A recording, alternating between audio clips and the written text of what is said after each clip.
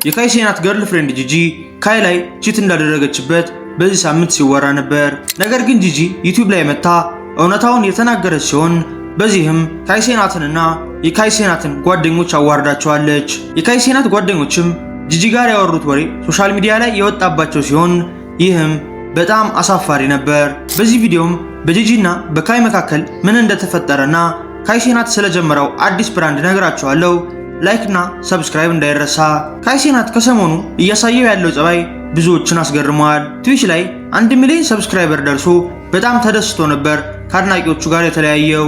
ከዛ በኋላ ግን ባንዴ ሁሉም ነገር የተቀያየረ ሲሆን የካይ ተጫዋች የነበረው ጸባይም ወዲያው ጠፋ።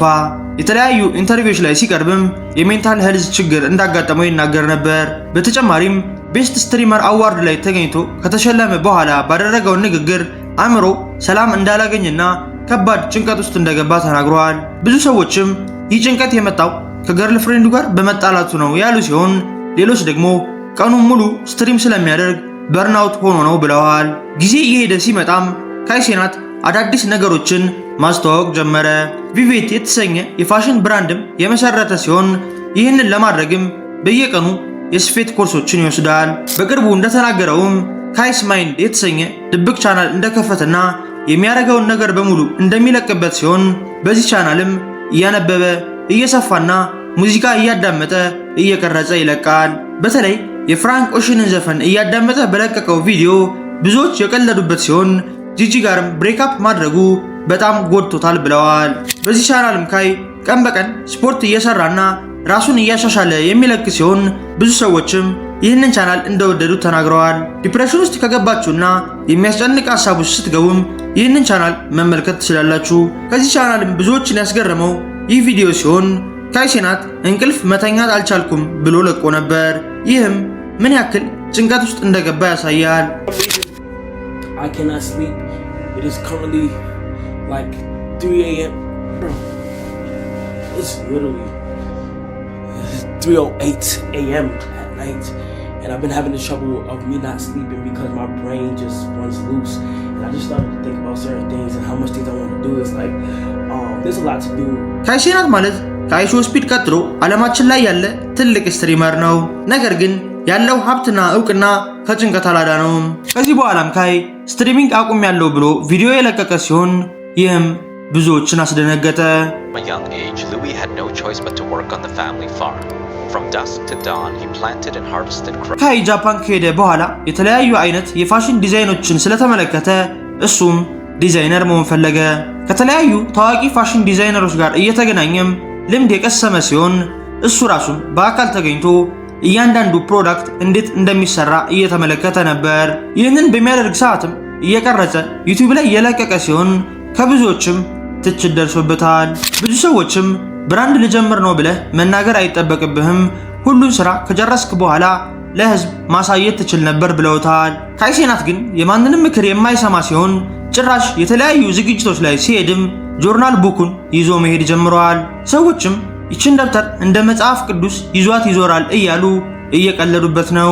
ካይ እንደነዚህ አይነት ውሳኔዎችን እንዲወስን ያደረገው ዋነኛው ምክንያት ከገርል ፍሬንዱ ጂጂ ጋር መለያየታቸው ነው። ለመጣላታቸው ምክንያቱም ጂጂ ጁዋግን መኪና እንዲገዛላት ጠይቃ ካይ እምቢ በማለቱ ነው የሚሉ ወሬዎች መጀመሪያ ላይ ሲናፈሱ ነበር። ነገር ግን ከቆይታ በኋላ የወጡ መረጃዎች በጣም አስደንጋጭ ሲሆኑ የራሱ የካይሴናት ጓደኞችም እዚህ ነገር ውስጥ እጃቸው እንዳለበት ተረጋግጧል። ይህንንም ጂጂ ራሷ የተናገረች ሲሆን ለምሳሌ ይህንን ቪዲዮ ተመልከቱ። For the Mafia-thon, y'all all just got a really nice fucking chain for the Mafia-thon. Y'all don't want to know the type of cars I was asking for my Sweet 16. Like, I was a 16-year-old driving a Benz. I was a 14, 15-year-old driving my parents' luxury cars to school. እዚህ ጋርም ጂጂ እኔ የሀብታም ልጅ ነኝ፣ ትምህርት ቤት እንኳን በሌክዠሪ መኪና ነበር የሚሄደው፣ ስለዚህ ካይሴናትን ጁዋግን ግዛልኝ ብዬ ላስጨንቀው አልችልም ብላለች። በዛን ጊዜም ጁዋግን እንዲገዛላት የሰራችው ቪዲዮ በሁለቱም ፈቃደኝነት እንደተሰራ የተናገረችው ጂጂ ለመጣላታቸው ምክንያት ሌላ እንደሆነ ተናግራለች። ሰዎችም የሀብታም ልጅ ከሆንሽና ከካይሴናት መጠቀም ካልፈለግሽ ለምን ቪዲዮዎች ላይ ማስታወቂያ አስገባሽ ያላት ሲሆን ይህ ሐሳብም 100% እውነት ነው። ጂጂ ከካይ ጋር የተጣላንበትን ምክንያት ልንገራችሁ በሚለው ቪዲዮዋ መጀመሪያ ላይ ማስታወቂያ ያስገባች ሲሆን ይህንን ያደረገችውም ይህን ቪዲዮ ብዙ ሰው እንደሚያየው ስላወቀች ነበር። ከሁሉ ነገር በላይ ብዙዎችን ያስገረመው ጂጂ NBA ያንግቦይን አላቀውም ማለቷ ሲሆን እንኳን በአካል ላገኘው ቀርቶም በቴክስት እንኳን አውርተን አናቅም ብላለች። I got a pink G-Wagon. I'm waiting on that motherfucker. Where? Young boy done bought me a G-Wagon? Where? When? NBA ያንግቦይ በበኩሉ ጂጂ ጋር ምንም አይነት ግንኙነት እንደሌለው ለዲጂ አካዳሚክስ የነገረው ሲሆን ይህን ሁሉ የውሸት ታሪክ ያመጡትም የካይ ሴናት ጓደኞች እንደሆኑ ተናግረዋል። Straight up. Thinking I gave the sanitized version. Young boy was super pissed. He was not fucking with it. He really said to me he thinks Kai's team played. He said, nigga, act. Because remember I told you I reached out to him? አሁን ደግሞ ጂጂ የካይ ጓደኞች ላይ ስለወጣችባቸው ሚስጥር ልንገራችሁ። የካይ ሴናት ስትሪም ላይ ብዙ ጓደኞቹ ይመጣሉ። ከነዚህ ውስጥም ክሎቨር ቦይስ የተሰኙት እነሬ ዋነኞቹ ናቸው።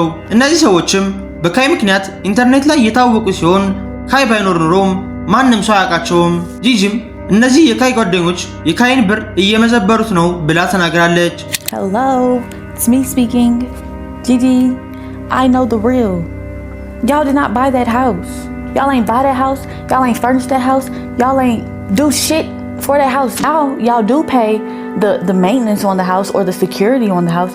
Yes, as y'all should. Y'all live in it. But that house was bought by him. That house was furnished by him. So what's funny now? በተጨማሪም ጂጂ ዲሼ ስለተሰኘው የካይ ሴናት ጓደኛ አስደንጋጭ ሚስጥር ያወጣት ሲሆን ይህ የካይ ሴናት ጓደኛ ጂጂን ይወዳት ነበር።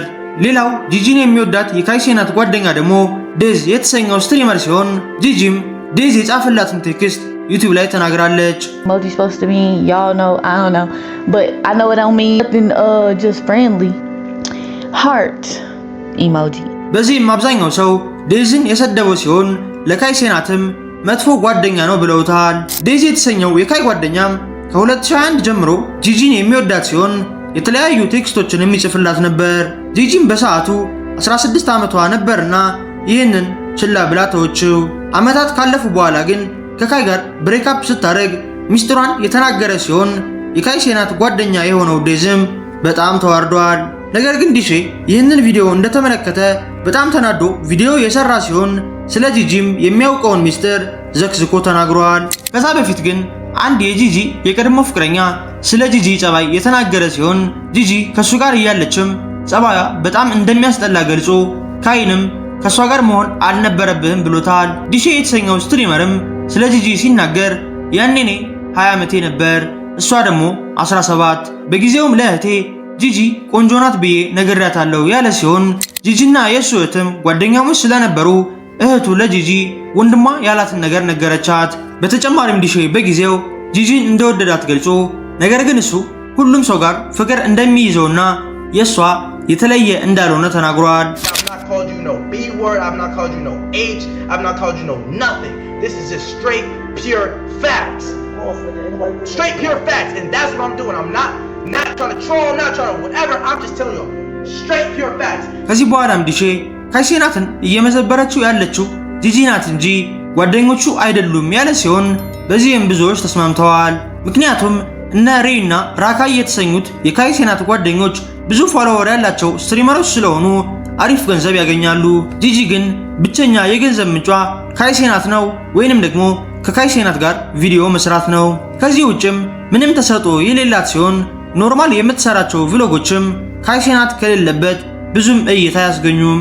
ኢንተርኔት ላይም ስለ ጂጂ መጥፎ ጸባይ ሲወራ የነበረ ሲሆን አንድ የድሮ ቪዲዮ ላይም አስተናጋጆችን በንቀት ስታዋራ ተቀርጾ ነበር።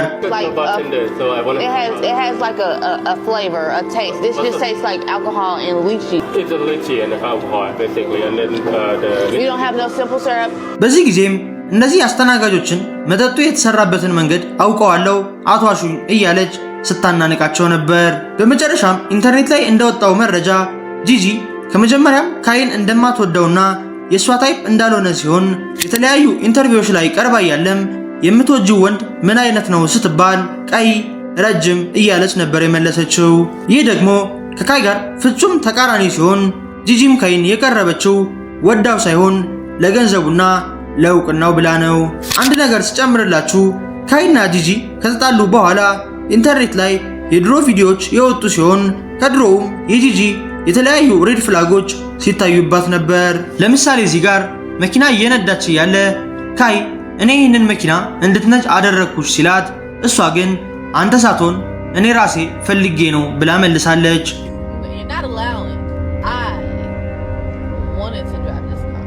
Oh baby, hell no. You couldn't like tell me no.